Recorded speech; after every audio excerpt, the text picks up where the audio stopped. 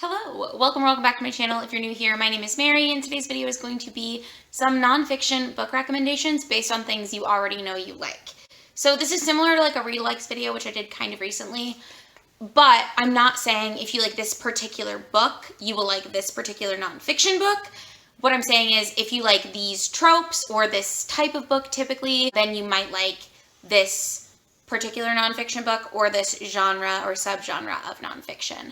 It is Nonfiction November, which I think I've talked about in every video I've done this month and since the end of October. But I love Nonfiction November. I really enjoy reading nonfiction books. I don't always get to them because sometimes fiction just seems a lot more exciting, but I do think that nonfiction you can get a lot of value out of. You can learn a lot from nonfiction. Not that you can't learn from fiction, but I just think it's really important to make space for yourself to read nonfiction. And I know that some people find it a little more intimidating or maybe just don't know what would be a good place to start. So I have some recommendations for you for books that I have read, and then some of them are just general categories of nonfiction that I think you would enjoy if you like certain categories of fiction. Without further ado, I'm just gonna hop into my first recommendation, which is, if you like to read historical fiction, I have two recommendations for you. So if you like historical fiction that is really emotional and that talks a lot about the pain of people, like I know my sister really enjoys reading historical fiction that's set in World War II. I would recommend Night by Elie Wiesel, I think is how his name is pronounced. But this is definitely not a book to go into thinking it's going to be lighthearted. This will definitely tug your heartstrings. It's horrific to read at parts, but I also think it's really important to read. I had to read this in school when I was in middle school, and I think it was too young to have read it. But this follows Elie Wiesel when he is in Transylvania. And he's a teenager when the Nazis invade, and he's Jewish, so he's taken to a Nazi death camp. Definitely don't go into this thinking it's going to be like light and fluffy, but if that's a time period that you're really interested in, I would highly recommend this one. If you like historical fiction that focuses more on soldiers and war rather than other people living in war times, I recommend The Things They Carried by Tim O'Brien, which is a series of short stories and vignettes about Tim O'Brien's time fighting in the Vietnam War. There's been some speculation on how much of this is actually true and how much of it is a little embellished, but I read this again for school and I was really moved by a lot of these stories. It's really hard to read at times, but another, I think, really good book to read if you are interested in learning more about that. The next category I have is a little more specific, whereas that one was a little more general, but I think if you like books that have a lot of political intrigue, adventure plots, and tenacious main characters, then you should read In Extremis by Lindsay Hilsum, which is a biography of Marie Colvin, who was a war correspondent for like 30 years, I think, and she passed away in 2011 on assignment. So it's her biography by another like person who knew her in like a colleague and then friend relationship, which is really interesting. I read this one at the beginning of this year, and it's fascinating, the things that you learn. I also felt like the author did a really good job of explaining the political context and the historical context for the different projects that she discusses that Marie goes on assignment for. But Marie Colvin seems definitely like a character, and it's wonderful to read about her life. Now I have a recommendation for people who like hard science sci-fi.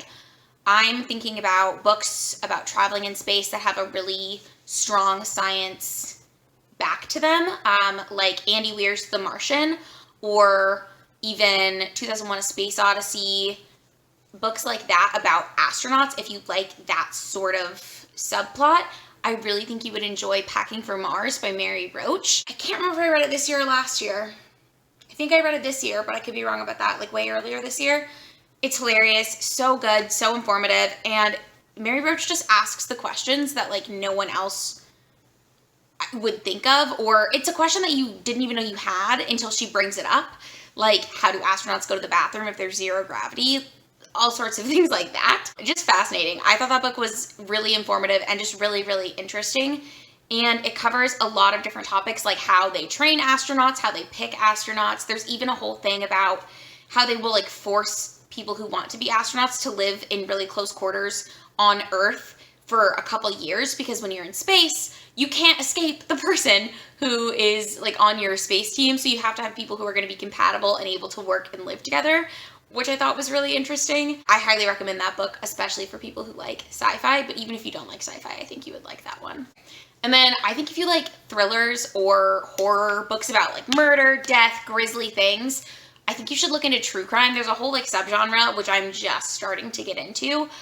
But specifically the one that I've read that I think you would enjoy, and I think is a good starting off point for true crime novels, is In Cold Blood by Truman Capote. I read this last year, and it's fascinating. It's just like listening to a true crime podcast at times, because it goes through like the court records, it goes through the police records, and all of that stuff that you like from true crime. But it also has the element of suspense, not knowing who did it and if they're going to get away with it. I think if you like thrillers, I think true crime as a genre of nonfiction would definitely be something that would be up your alley.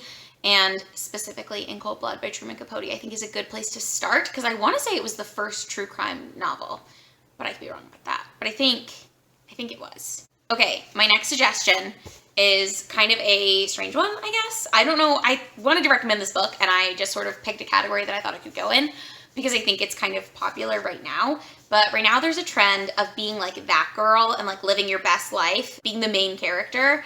I think if you are interested in that trend and want to sort of perpetuate that in your own life, you should read The Happiness Project by, who wrote this? Gretchen Rubin. I always forget the name of the author. I bought this years ago. I read this in high school, and I mentioned this in my last video, but I still go back and reference this sometimes when I just feel like I need a kick in the butt to improve my life. This is basically, it's kind of like a memoir, but it's from 1 year of her life, and she just decided to start this project where instead of having a bunch of really big resolutions at the beginning of the year, she does monthly resolutions to see if things are good, then she'll keep them, and if they don't improve her life, then she'll just nix them and not have to worry about it the next month. I thought this was so good, and I really do highly recommend this one for people who are looking for a foray into self-help that can actually impact your life, but it doesn't tell you you have to change every single detail about your life. My next recommendation is for those of you who like character-driven stories with a strong emotional pull. And this is going to be another general recommendation, but I do have some specific books that I've read in this general category. And I bet you can guess what it is, but Memoirs. I think if you like character-driven stories, if you like stories that are really, really emotional and feature like a heightened emotional space, I think you should look into Memoirs. You can start with some of the most popular ones. So there's Educated by Tara Westover, which I read and loved and is super popular. In Order to Live by Naomi Park, read and loved, is super popular. The Glass Castle by Jeanette Walls, I read and loved, super popular. But if you have like a specific person that you find really inspiring and you're really interested in their life, finding their memoir and reading that, if they have one, could also be really, really meaningful to you, and I would recommend that as well. For instance, I read Carly Simon's memoir. I found it at Goodwill a few years ago. It's called Boys in the Trees. I have it, but I don't want to go get it. But that one was really impactful for me. I didn't know very much about Carly Simon's life, other than I knew that my dad really liked her music, so I'd listened to a lot of it. And it really tugged on my heartstrings because she went through a lot of emotional things. I'm also about to read Trevor Noah's memoir, which is called Born a Crime, because he was born to a Black mother and a white father at a time when that was illegal in South Africa, where he's from. And it's about his childhood and growing up like that. So I find memoirs to be very emotional and very good for people who are invested in characters.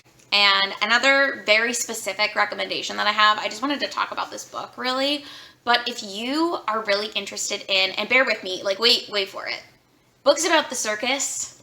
I know there was like a trend for a while. I think Caraval was one, The Night Circus, which is one.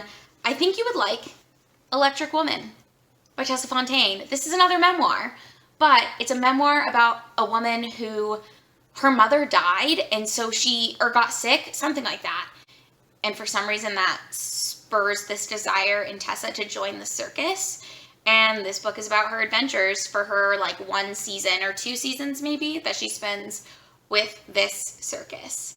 And it's fascinating, kind of bizarre, but I think if you liked that era of fantasy where it was all revolving around like the magical circus, I think you might be interested to read a book about a real circus just to see like what it's like, perhaps. And then the last thing that I want to recommend, I don't necessarily know what category this would like really be, but I just read The World Without Us by Alan Weisman, and this is so well researched. So I think not necessarily for if you like a certain book, but if you are interested in posing big questions about what the world will be like in the future.